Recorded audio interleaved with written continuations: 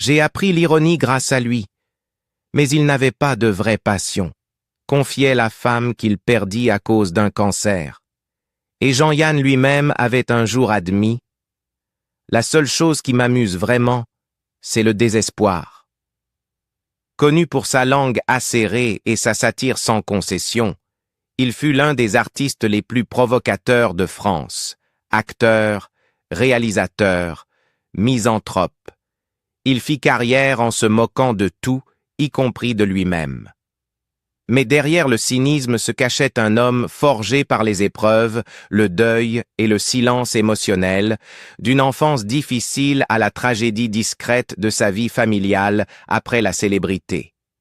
Bien plus qu'un simple provocateur, voici l'histoire de Jean-Yann, une jeunesse tourmentée derrière le sourire du satiriste. Jean-Roger Gouillet, plus connu sous le nom de scène Jean-Yann, naît en 1933 au Lilas, une banlieue modeste située à l'est de Paris. Ses premières années sont marquées par les difficultés, la guerre et l'environnement ouvrier dont il est issu.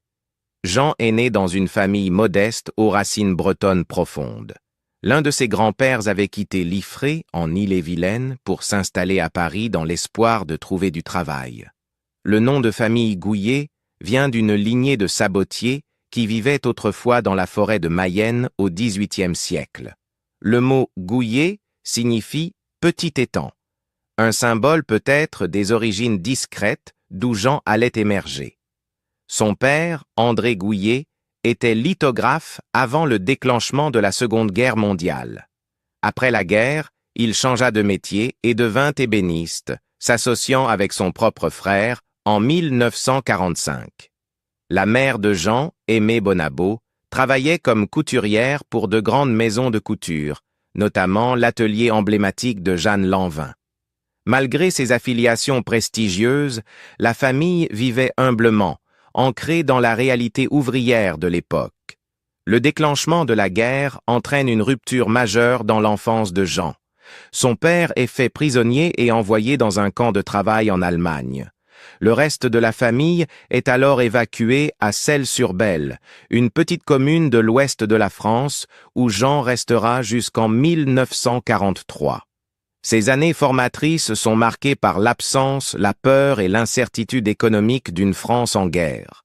Pour le jeune Jean, le traumatisme d'un père prisonnier et d'une mère luttant pour subvenir aux besoins familiaux a sans doute semé les graines de désillusion et de révolte qui caractériseront plus tard sa personnalité publique.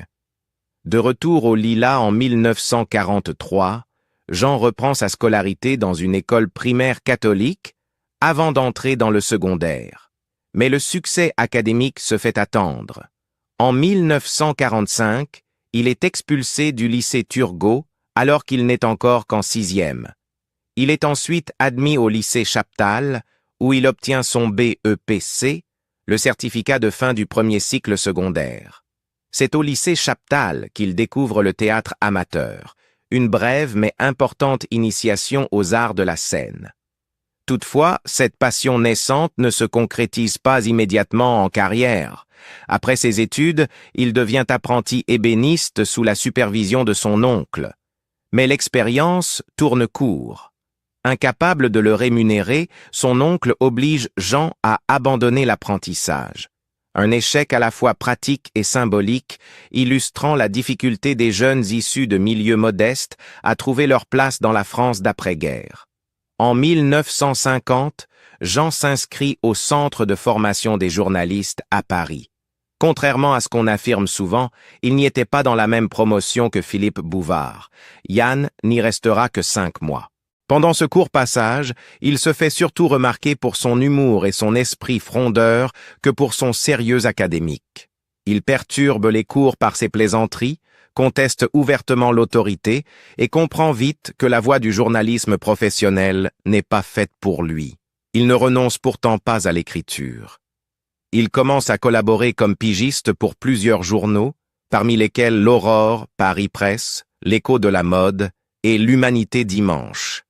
Il rédige aussi quelques reportages pour Time Life et contribue à un périodique satirique peu connu intitulé Dragueur de mine, où il tient une chronique humoristique baptisée « Le coin du dragueur ». Ses premiers emplois, bien que modestes, nourrissent son goût pour la dérision, l'ironie et la provocation. Parallèlement à cette brève carrière journalistique, Jean-Yann plonge dans l'univers du cabaret. Poussé par des amis qui perçoivent son talent comique, il commence à écrire et interpréter des sketchs. Il abandonne alors définitivement le journalisme, séduit par la scène et la liberté qu'elle offre. Il se produit aux Trois Baudets, un cabaret parisien célèbre, pour avoir révélé des artistes comme Georges Brassens ou Jacques Brel. Pendant 2 ans, Jean-Yann y forge sa réputation grâce à son humour pince sans rire et son phrasé unique. En 1952, il intègre la troupe théâtrale d'Yves Robert et décroche un petit rôle dans les carnets du Major Thompson. Mais sa carrière naissante est interrompue en 1954 lorsqu'il est appelé sous les drapeaux. Il passe près de 3 ans au service militaire, un autre détour dans une vie déjà jalonnée de contretemps. Cette expérience militaire, bien que non traumatisante, renforce encore son aversion pour les systèmes rigides et la conformité. Hors la loi des ondes. De retour de son service militaire en 1957, Jean-Yann se retrouva à un carrefour. Mais la France à laquelle il revenait n'était pas plus clémente que celle qu'il avait quittée. Les institutions restaient rigides, les médias fortement censurés, et la culture de plus en plus intolérante envers les voix dissidentes. Plutôt que de se conformer, Yann choisit de provoquer. Guidé par son proche collaborateur Bob Dupac, il ne retourna pas au journalisme, qu'il avait déjà commencé à délaisser, mais à la scène. Leur duo fit ses débuts dans un petit lieu appelé l'Académie des Vins, un endroit modeste mais vibrant où la satire avait encore droit de citer. C'est à cette époque que Roger-Jean Gouillet devient Jean-Yann, un pseudonyme à la fois pratique et symbolique. Les constantes déformations de son nom de famille étaient devenues insupportables, souvent transformées en moqueries grossières. Yann s'inspire du surnom breton que son père lui donnait, Yann, un nom qui restitue à la fois la dignité et la rébellion. Yann se jeta immédiatement à corps perdu dans la création d'un personnage abrasif, insolent et intellectuel. Il enregistra des chansons, d'abord en live à l'Olympia, puis en studio sous des pseudonymes absurdes comme Johnny Rockefeller ou Onzalagur Pompernickel. Son premier album, Le Misanthrope Provocateur, dévoilait un homme résolu à dynamiter les convenances sociales par la satire. Son numéro sur scène à la Fontaine des 4 Saisons, en 1958, attira l'attention des critiques qui le décrivirent comme un jeune homme promis à un grand avenir et un pitre empreint d'une onction ecclésiastique, un clown déguisé en prédicateur, obsédé par les paradoxes de la société française. Durant les années 1950 et le début des années 1960, Jean-Yann devint une figure incontournable du cabaret parisien. Il se produisit aux Trois Baudets aux côtés d'artistes comme Francis Blanche ou Jacqueline Maillan. Il collabora avec Boris Vian sur Ciné-Massacre, un spectacle de sketch surréaliste tournant en dérision l'industrie du cinéma. Il co-créa avec Ciné des publications comiques anticléricales comme Jivati Jivatican, qui ridiculisait l'Église catholique avec une férocité que peu osaient imiter.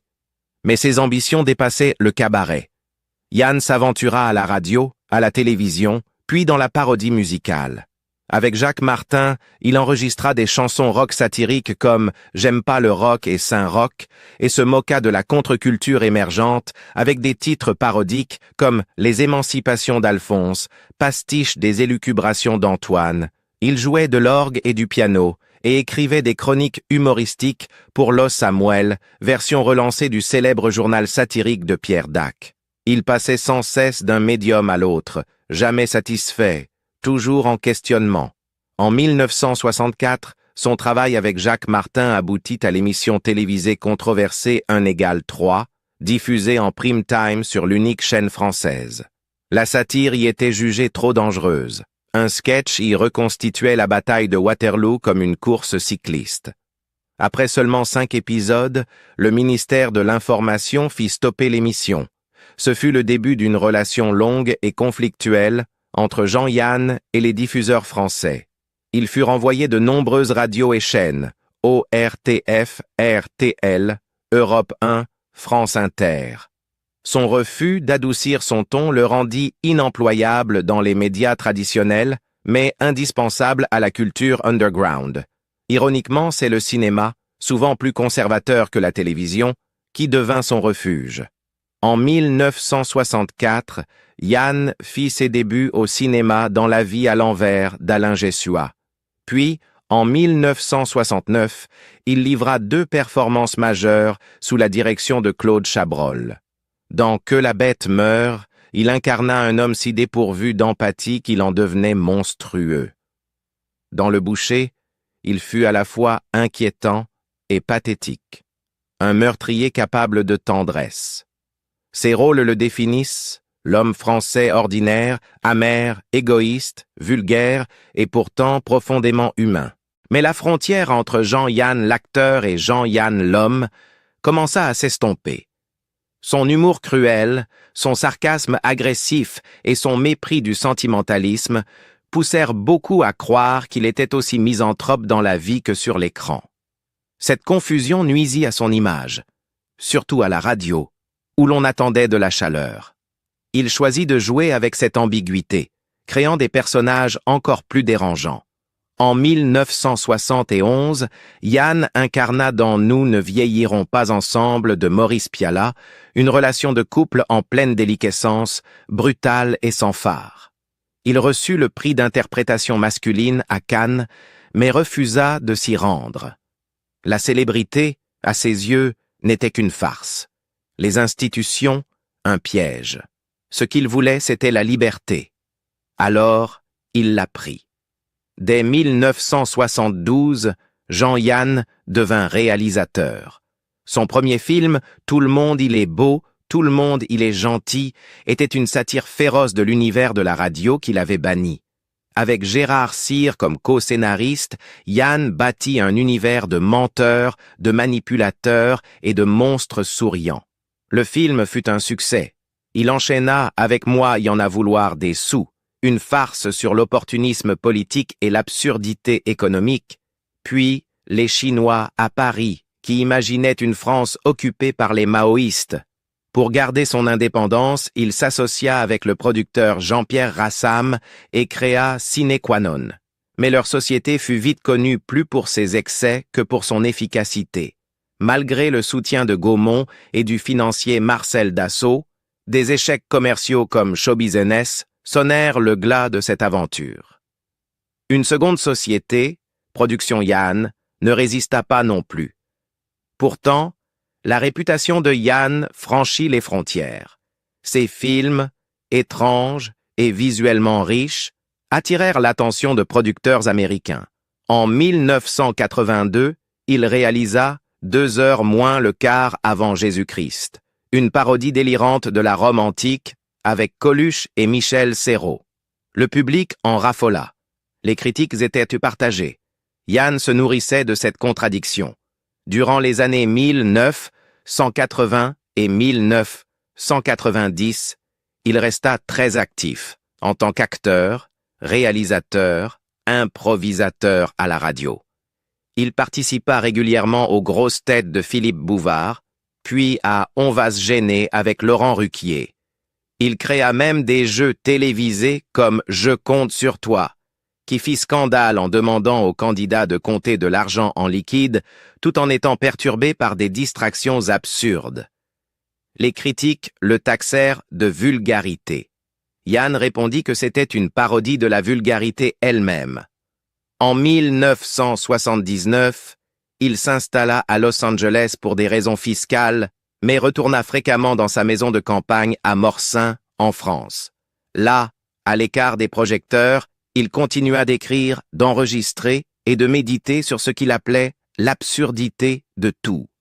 Histoire douce amère du cœur. Derrière l'esprit caustique, les rôles provocateurs et la figure publique d'un intellectuel râleur à la langue bien pendue, Jean-Yann menait une vie privée marquée par de profondes blessures émotionnelles, dont beaucoup causées par l'amour et la perte. Son premier mariage, sans doute la relation la plus marquante de sa vie, fut avec Jacqueline Renée Guellerin-Allard, qu'il épousa le 19 mars 1960. Elle était bien plus qu'une compagne. Elle représentait un ancrage dans les années de lutte et d'ambition créative. Mais leur union fut mise à l'épreuve par la maladie et le deuil. Au début des années 1970, Jacqueline fut diagnostiquée d'un cancer du poumon à un stade avancé.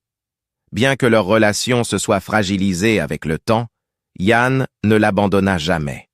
Pendant le tournage de « Nous ne vieillirons pas ensemble », film ironique sur l'échec d'une relation, Yann quittait régulièrement le plateau pour rejoindre Jacqueline qui menait son combat contre la maladie. Elle mourut en 1972 et sa disparition laissa Yann anéanti. Ces mots, rappelés plus tard, « Il m'a appris l'ironie et l'amour, mais même si tout le fascinait, il n'avait pas de vraie passion », semble résumer le cœur de son combat intérieur. Sa perte fut une blessure profonde qui marqua durablement son paysage émotionnel. Dans les années 1960, avant et après son mariage, Yann avait également entretenu une relation avec Sophie Garel, animatrice bien connue de la radio et de la télévision. Leur relation fut relativement discrète, mais assez importante pour qu'un enfant naisse de leur union. Thomas, né en 1970. Thomas deviendra plus tard musicien à New York. Bien que Yann ait reconnu son fils, il resta réservé quant à son rôle de père, protégeant farouchement sa vie privée. La romance avec Garel s'éteignit, mais un lien durable subsista à travers leur enfant. Une autre relation marquante fut celle avec Nicole Calfan, jeune actrice que Jean-Yann rencontra en 1969 sur le tournage de « Êtes-vous fiancé à un marin grec ou à un pilote de ligne ?» Elle n'avait que 22 ans. Lui était déjà un provocateur célèbre. Leur relation dura 5 ans et fut l'une des plus médiatisées de Yann. Calfan l'admirait profondément et le décrira des années plus tard comme un homme qui avait profondément influencé son intellect et son cœur. Cependant, la romance prit fin brutalement. Calfan le quitta, une décision qu'elle admit regretter lors d'un passage en 2015 dans l'émission « On n'est pas couché ». Son départ, après la perte de Jacqueline, accentua encore le scepticisme de Yann quant à la pérennité de l'amour. À partir de 1976, Mimi Coutelier devint la femme la plus étroitement associée à Jean-Yann.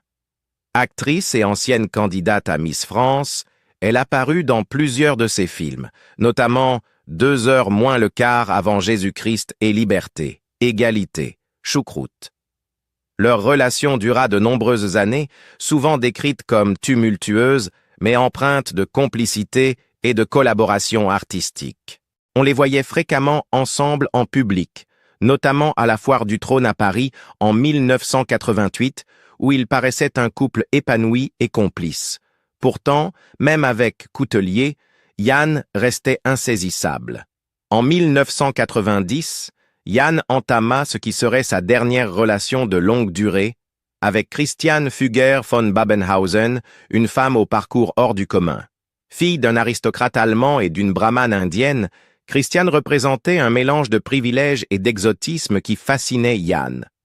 Leur relation fut plus discrète que les précédentes, plus intime. En 1991, ils eurent un fils, Jean-Christophe, offrant à Yann une seconde expérience de la paternité tardive. Quand un esprit acéré se tait.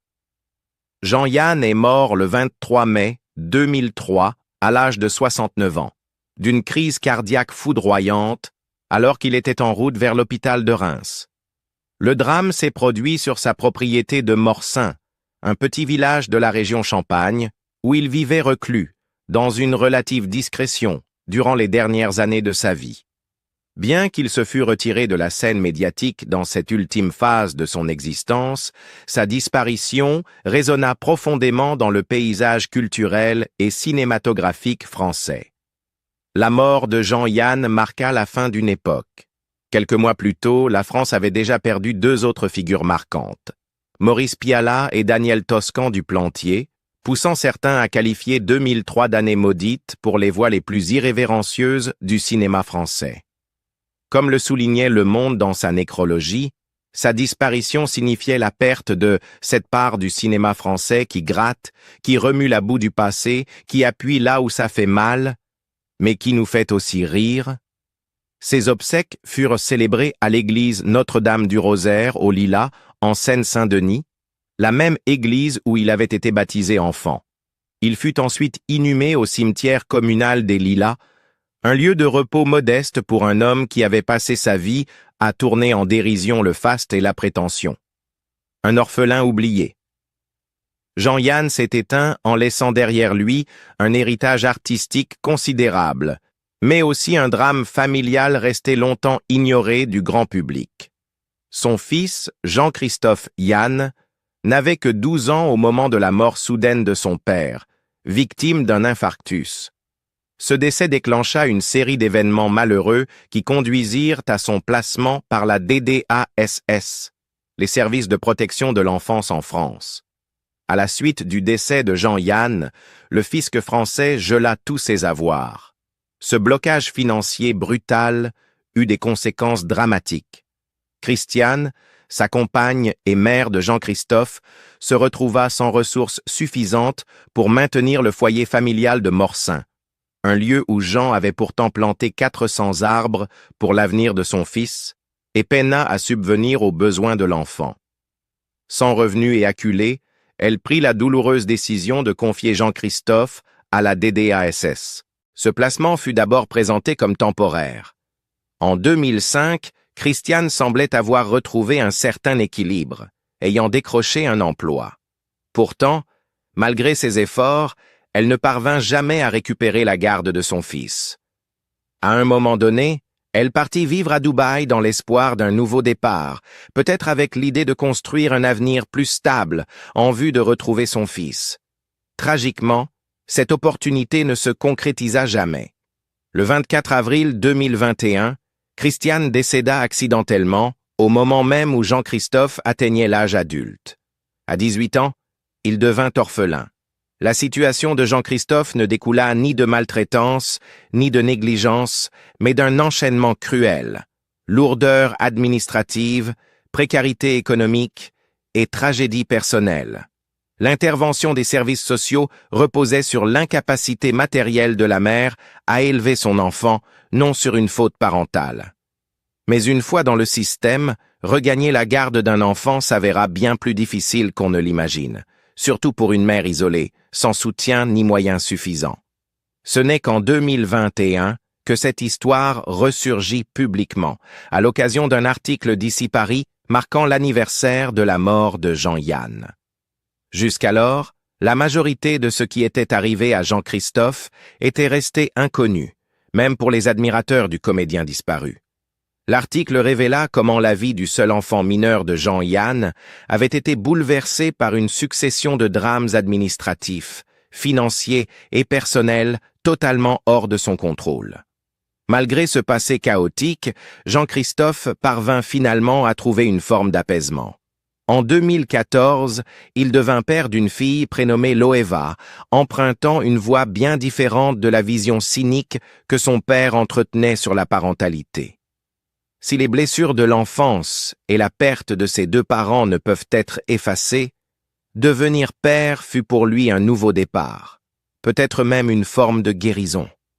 Aujourd'hui, l'histoire de Jean-Christophe reste une note de bas de page méconnue, mais profondément tragique, dans l'héritage de Jean-Yann. Et tandis que Jean-Yann fit rire des millions de Français, son ultime héritage contient un chapitre bien plus sombre. Un fils laissé derrière, placé en foyer et orphelin avant même d'avoir atteint l'âge adulte. C'est un rappel bouleversant que derrière chaque icône, il y a une famille qui continue de vivre le deuil longtemps après que le public est passé à autre chose. Pensez-vous que l'histoire de Jean-Christophe aurait été différente si le public avait su ce qu'il vivait à l'époque? Si ce récit vous a touché, laissez-nous un like, abonnez-vous et partagez-le à quelqu'un qui devrait l'entendre. Vos commentaires sont les bienvenus. Nous serions ravis de vous lire.